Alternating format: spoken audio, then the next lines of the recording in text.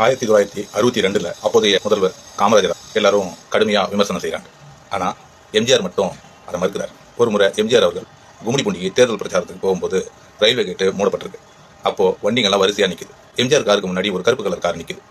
உடனே அவரோட உதவியாளர் கூப்பிட்டு, அது ஐயா காமராஜர் கார் மாதிரி இருக்கு, போய் பார்த்துட்டு வாங்க அப்படின்னு சொல்றாரு. பார்த்துட்டு வந்து ஆமாய்யா அப்படின்னு சொல்றாரு. சொன்ன உடனே எம்ஜிஆர் ஒரு நிமிஷம் கூட தாமதிக்காம இறங்கி காரண்ட போயிட்டு காமராஜரை சந்திக்கிறார். பேசும்போது காமராஜர் மரியாதை நிமித்தமா கீழே இறங்குறாரு. இறங்கணும், ஐயா நீங்க இறங்காதீங்க, பாதுகாப்புமே இல்லை, நீங்க உள்ள இருந்து பேசுங்க அப்படின்னு சொல்றாரு. காமராஜர் சொல்றாரு, என்னையா பாதுகாப்பு இருக்க வேண்டியிருக்கு, நம்ம மக்களை சந்திக்க போறோம், இதுல பாதுகாப்பு என்ன வேண்டியிருக்கு அப்படின்னு காமராஜர் ஐயா சொல்றாரு. ரயில்வே கேட்டு திறக்கப்படுது, ஆளுக்கு ஒரு பக்கமா போயிடுறாங்க.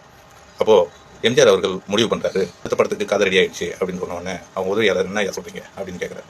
அப்ப கேட்கும்போது எம்ஜிஆர் சொல்றாரு, நாட்டுக்கு உண்மையான அரசன் யாருன்னா கத்தி இல்லாம பாதுகாப்பு இல்லாம மக்களோட மக்களா யார் பவனி வராங்களோ அவங்க தான் இந்த நாட்டோட உண்மையான தலைவர் அப்படின்னு சொல்றாரு. அந்த சந்திப்பின் வாயிலா தழுவி எடுத்ததுதான் அரச கட்டளை. எவ்வளவு நெகிழ்ச்சியான விஷயங்கள்லாம் இருக்கு பாருங்க.